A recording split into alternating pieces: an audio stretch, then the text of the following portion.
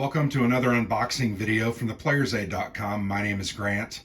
Today I'm unboxing a brand new release called Rifles in the Nam. This is a part of the Solitaire Rifle series from Tiny Battle Publishing. The game is designed by Gottardo Zancani, and this is the fourth entry in that series. There was a couple of World War II ones, and then there was a Rifles in the Peninsula, which was a Napoleonics game, and now we've gone to the Vietnam War. So very cool little solo game series. You don't play on a traditional board, you kind of play on a sheet where you have columns that the enemy advances down and you advance up with your squad or elements of your soldiers trying to meet or achieve various objectives. So this one, and I believe it's the first one in this series, comes in an actual box.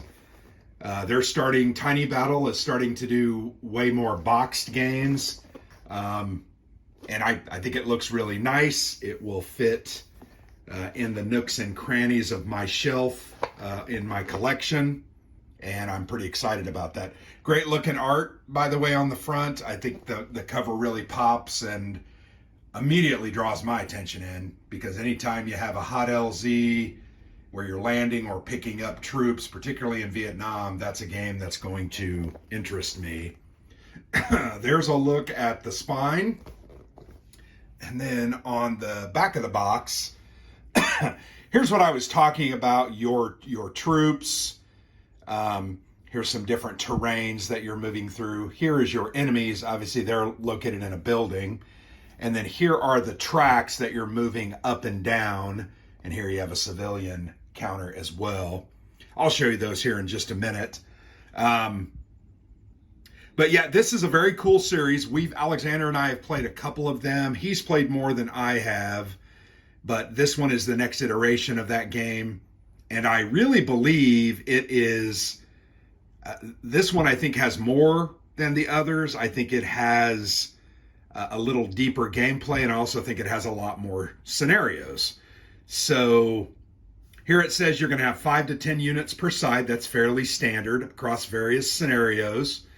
It lists here a couple of the scenarios: a convoy rescue, tense tunnel searches, and there is a very cool tunnel map, and 5 city battles. Obviously, Hue is one, jungle ambushes, and a linked campaign that you're going to play through. So yeah, pretty cool. Here it lists, obviously it's a solo game. Complexity is 5 out of 10. The rules are nothing very difficult. Playing time is 1 to 5 hours. I thought this was interesting. 5 hours and 3 minutes. Not really sure what they were meaning by that, but they put it on there, so maybe there's a reason. But you're going to play like 45-minute to 1 hour scenarios, and then I think the 5 scenarios would be across the linked campaign. So yeah, that's the box. This one is bending a little bit at the top. Just my opinion, these boxes do seem to warp a little bit, and I'm not really sure why. Once they get outside, out of the wrap, and into some humidity, they start to absorb that. First thing you see is a bag of baggies, and you have 3 standard 6-sided dice. That's what you're going to use during the game. We'll go ahead and pull out the counters, which are included in a bag.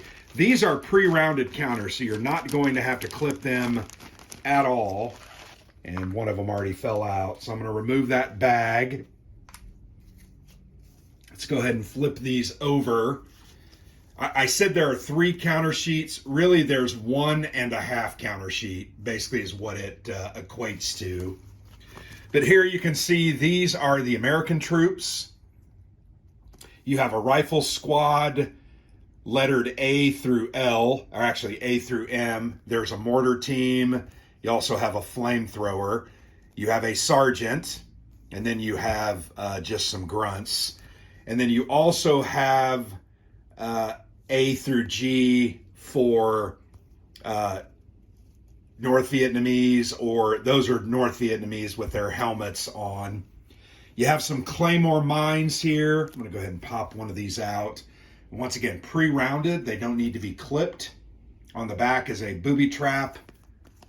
You know, that's one of the things that are synonymous with the Vietnam War. These are numbers that are going to be used to identify which units and who is what. On the back of these are the backside of those rifle units. You'll notice you have some light machine guns, a grenade launcher. You have another leader.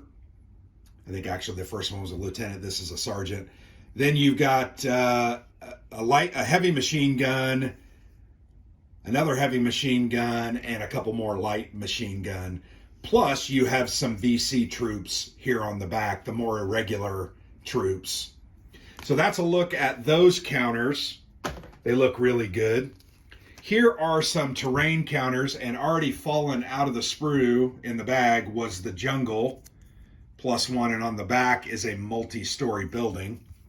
You can see there's all different types of terrains here. You have a town, several large multi-story buildings, more towns. You have jungles and villages.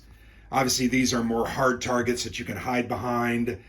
Rice paddy, elephant grass, deep jungle, normal jungle, which I already showed that to you. More rice paddies. On the back of these, they're just double-sided.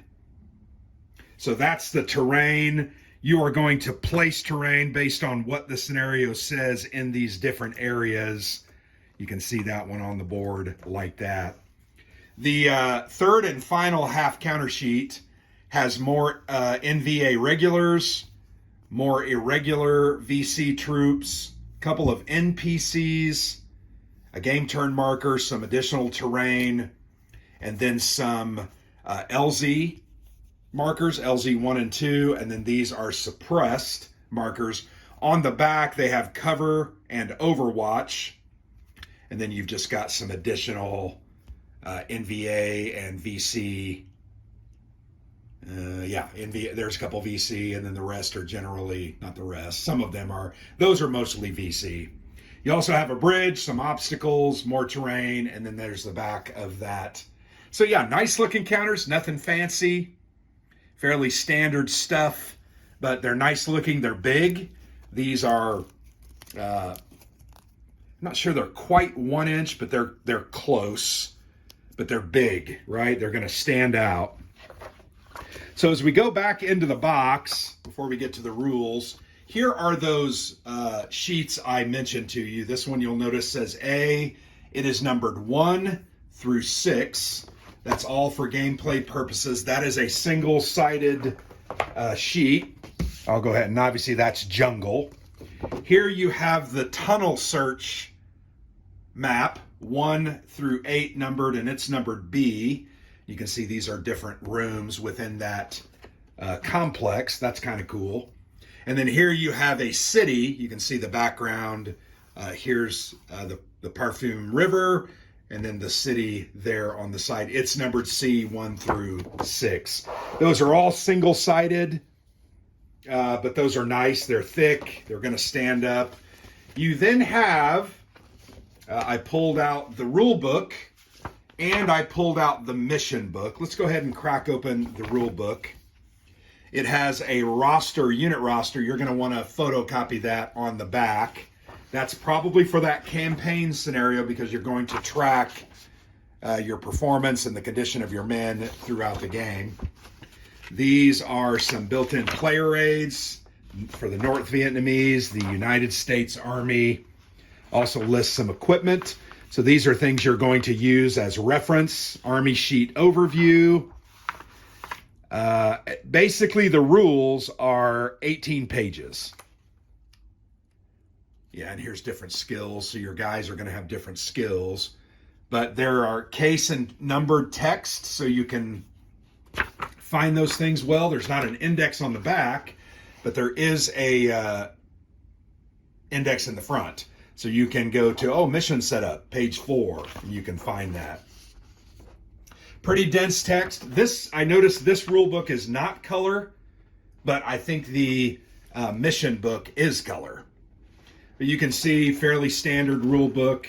Not a lot of pictured examples, but I played these games. There's nothing overly complex. You're just going to have to go through it and figure it out how it works.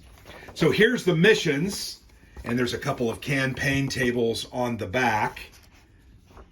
It's not color. I thought it was color. What was I looking at that made me think it was color? Yeah, I'm going insane. But here's a table of contents, just shows the different, looks like there's 12 different scenarios that are set up here. And then you have VN01 Rescue Team, the events that you're going to have, the map you're going to use, the units you're going to use, where you're setting them up, the turns, the terrain. So these are called stripes. Stripe 1 and 2 open with 2 trees, 4 to 5, jungle 6, and a rice paddy. You've got events, and then you've got landing zone table, landing table, target table, enemy activation table, all different types of beneficial. There's that tunnel rats one.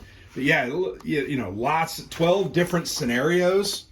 That's a lot, and you're going to play this, once again, over a campaign and have a good time with it. There are one administrative track. This is going to track your fatigue, your soldier's fatigue, the turns. Remember that one scenario said 12. That's why you've got this game turn marker. And then helicopter, air mobile, helicopter 1 and 2, where you can track what men or assets you have going into the LZ. And then these are just different charts. Close combat modifiers, unit activations, the roster. Once again, you're going to want to photocopy that. Night range table on the back. It is more charts, skills table, what benefits and modifiers they give you, civilians, and then exposed movement, particularly on the Hue map. And then you've got a table. So there you go. That is Rifles in the Nam. And pretty cool little game. Very much looking forward to playing this. It's a solitaire game, so I'm immediately interested in it. I do enjoy a good solo game. And once again, I've played at least a couple of these in the past.